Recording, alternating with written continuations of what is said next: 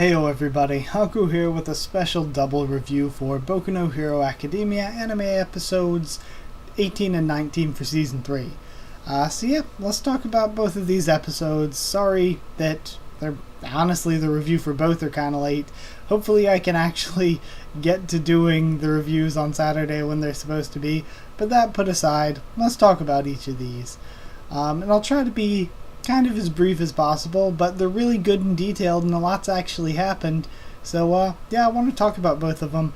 In this arc, I think some people are a little, and this was naturally always going to happen, people were always going to be like, well, this is less exciting after seeing the All Might and One for All stuff, but this is really important. It's introducing characters that are going to be important for the future of the story, and probably even more important than me as a manga reader, manga reader, more than even I know at this point. But yeah, I'm not going to get into any manga spoilers, obviously. So let's talk about 318 first. We started off with a short recap at the beginning. Not sure how I felt, but I really didn't mind it whatsoever because it's nothing I'm not used to from like every other show. Boku no Hero Academia, for the most part, doesn't do recaps very often, but I'm used to it from like basically every other show, so it didn't really bother me because it was short and it was out of the way. We have Shindo's plan and all that, and then we jump to the Bakugo, Kaminari, Shishikura fight and all that. So Bakugo is holding back not to hurt anyone, specifically Kirishima, who's like right in front of Shishikura in potato form, or meatball form as it was translated here. It wasn't translated potato in the manga, but in the manga his quirk is meat packer, and meatball actually makes a lot of sense as a translation. Either way, it doesn't really matter. You get the point of it. He can manipulate his flesh and turn people into little balls of flesh. So Bakugo gets meatballed. Kaminari shows off his new sharpshooter, allowing him to damage Shishikura. And one thing important here about Kaminari that we see once again, I'm not on this whole Kaminari is a traitor theory that's been very popular, but one thing about his character that you kind of have to notice, he seems a lot smarter than he acts. Like some of the ways he talks sometimes, including here, like he seems a lot smarter than he acts. And it really feels like maybe he's acting dumb. So I will say, though I'm not on this whole Kaminari is a traitor theory or anything, at the same time, I will admit that he's a little suspicious at times, just as a character. Also, Shishikura, his whole plan here and everything like that, was that he was weeding out the weak. He brings up that obviously, since All Might's gone, you'd think they want more heroes, but they want less. That means they want to up the quality, so I'm here weeding out the riffraff. So, again, not really the best initiative to take in the middle of a test, because he ends up losing because of it. The damage he takes from getting hit by the sharpshooter Kaminari uses makes him lose his grip, and that's why he was fighting long range, because damage would affect him in that way. Then Kirishima gets up, and I actually really like the way the punch there to the gut was animated. Kirishima gets up, Baka goes up too, and they take him down. This entire thing was good, but seemed a lot longer in the manga. I don't know why to me, but the whole Kaminari and Shishikura thing seemed like it was a lot longer in the manga. And I don't know, it wasn't bad here. We didn't really need to spend any more time on it. We then see the anteroom with Yoarash watching Todoroki. Izuku, Sero, and Uraraka pass, so do Bakugo, Kirishima, and Kaminari. We have the good scene where Bakugo, of course, I like the way the other four are just happy and celebrating, but Izuku and Bakugo have this like sort of solemn moment. And Bakugo kind of makes hints as to knowing, so you've made that power your own, and all that. Ida then finds Aoyama, and this is where the episode really got good to me. Like, I liked the Kaminari stuff, but the Aoyama and Ida stuff was so much better to me. Ida finds Aoyama, and Ida's thing is that he wants to make sure everyone is passed. Aoyama says to him, what if everybody passed and you're the only one here just running around looking for everyone? And Iida's like, well, then that's a good thing. Everyone should pass before me. Because if I don't lead everyone and have everyone pass, then I'm a failure as a class leader. So, again, good character development for Iida. Then we have 18 spots left. 8 get filled by students from Ketsubutsu, including, well, I would say including the 4 that are in the opening, like the 4 kind of main ones. But I didn't see Itajiro. I saw Shikui, I saw Tatami, and I saw Shindo, obviously. But I didn't see Itajiro in there, so I'm not sure if he passed or not. Then we have a flashback for Aoyama that was cute. He wants to sacrifice himself for Iida to pass. He said his dream is to be an equal. Koda comes in for the save. Tokiyami and Ojiro are pushing people down onto Mineta's balls.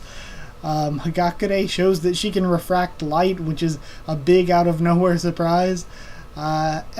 And Mina brings up that everyone was panicking, not knowing what to do, and Aoyama gave them a chance. He brought them together to give them their one last chance to pass. Sakemi and the rest of UA Class 1A pass, and Aizawa says that he's mad that they cut it that last minute, that there were that many of them left at the very end.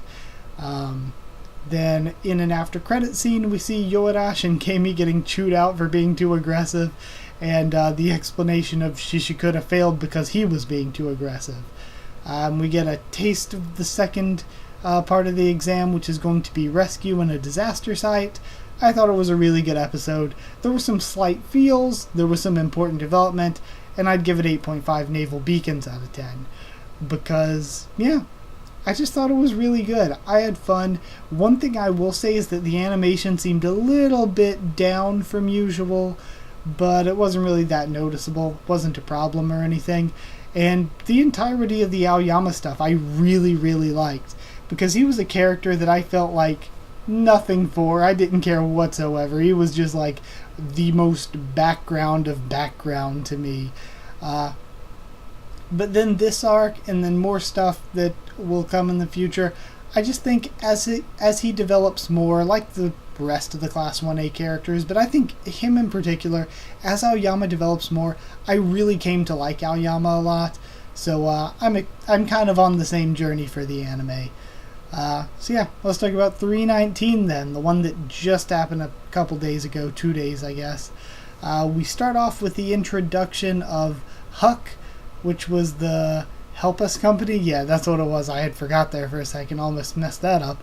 But yeah, we have Huck introduced, and they're going to grade the students based on a point benchmark. We've seen that they're taking points away, and a benchmark means that there's going to be a certain number, and if they happen to fall below that certain number, they're not going to be able to get their provisional license. Sero in the anteroom tells Kaminari and Mineta about Kami. All that's played up for comedic effect. Mora goes up to a bunch of the UA students and asks about Shishikura and apologizes for his rudeness, and it really does seem like I trust Mora. I think he really wants Shiketsu and UA to have a good relationship, but at the same time Shishikura just kind of went into business for himself there. Shoto comes up and confronts also Inasa's pretty high energy. He's only hostile toward Todoroki, really. He has his reasons. And then Kami also going into business for herself was pretty creepy with Izuku. But either way, Shoto confronts Inasa, and Inasa says that he hates him and Endeavor because of his past with them that we haven't got to know yet, and I'm really looking forward to seeing this. But yeah, we learned that he hates him and Endeavor specifically. And he says a line that I have been waiting for. Your eyes look like Endeavor's. I have been waiting for so long for this half of the season.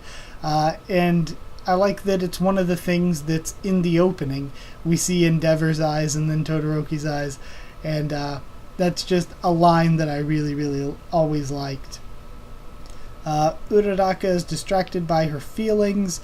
And the test starts. We have one of the Huck kids really help Izuku. because he could have just deducted points and not said anything, but he brings up, because Izuku and everybody runs up and Izuku's like, oh my god, this is bad, where's your grandpa? And he's like, shouldn't you, like, I mean, he says it in a very annoying and obnoxious way. He's like, shouldn't you have checked on my injuries? I'm clearly injured. And he's like, and the biggest thing, and again, this is one of my favorite things about this test, was just what he said to him here at the beginning, where he was like, you don't just walk up to somebody if you're going to be rescuing them and say, this is bad. That's not a good way to rescue people.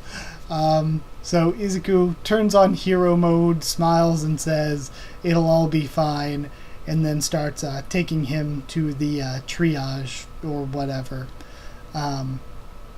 So we have talk between the teachers, and they bring up that, and a bunch of the students too, really, that 1A really isn't experienced in rescue. All these other students have more experience when it comes to rescue, and when you think back, USJ was supposed to be them training in rescue, and that got turned into a combat thing, so we've never really had a big on-screen training thing when it comes to rescue.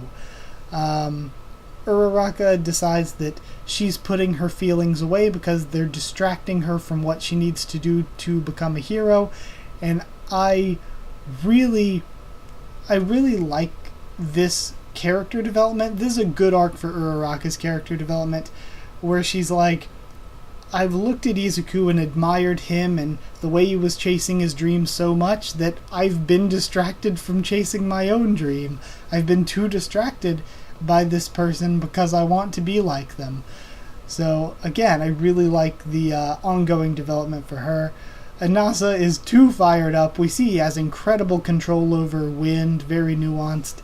And that's how he's able to lift those people up and everything. So it shows that he was directly aiming the balls in the first test to get all those people out, is that he has just crazy control. But he still gets points deducted because, I mean, he's just throwing people around with wind. I love Shishikuda and the teacher. Whenever we see them, I always think it's really funny. I love Shishikuda and Shiketsu's teacher. And they sort of bring up hero reform and how it has to come from the right place. You should want to reform heroes and make them the best you can, but it shouldn't come out of a place of hate or aggression or anything like that. It has to be for the right reasons. So 1A then kind of figures out what the test is about. It's about playing a part, working together, seeing where your quirk fits in to help people, being as, what's the word I'm looking for, efficient as possible. So we see what that means for some of the characters. Momo, Sero, Sato, and Uraraka start clearing away debris. Aoyama is providing light for people who need it. Shoji, Kyoka, and Koda are all locating victims, with Tokoyami, Mina, and Ojiro with Koda, and Ida and Mineta with Shoji. Then we have Tsuyu saving people from the water, while Todoroki and Hagakure work on getting fire to warm them up. Then Kirishima and Kaminari are basically cleaning up after Bakugo's messes. I love the way the two people were injured, and he's like, just save yourselves. And they're like, well, we are. They're like, well, we are like low, low priority rescues. Maybe he's right. Maybe we should just go there ourselves. And then Kirishima and Kaminari are like, wow, they took that in a really positive way. They really put a spin on that. And then they still end up deducting points because of his tone. So, honestly, how is Bakugo supposed to rescue people? Then we have Gang Orca and his quote-unquote terrorists attack, because in a scenario where the disaster is that terrorists have attacked the city, you not only have to evacuate and save the injured, but you also have to hold off the enemies while doing it, and it adds a lot more depth into this, because like what Gang Orca said himself, now they have to choose where they fit in. Now they have to choose, do they fight? Do they run? Do they protect the people? Do they help with the rescues? Like, what what does each person do? Where do they fit into this? Are you a hero that's going to be helping the people escape? Are you going to be a hero that's providing just a wall to protect the people? Are you going to be one that's like evacuating people from the places that are still destroyed? Or are you going to be one of the ones fighting? Where are you going to be at in a situation like this as a hero?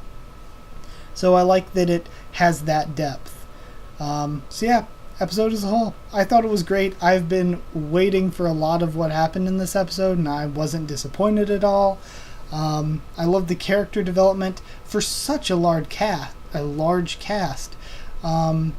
We saw most of 1A get at least a little bit of development, just a tiny bit, plus characters from other schools like Shiketsu and Ketsubutsu.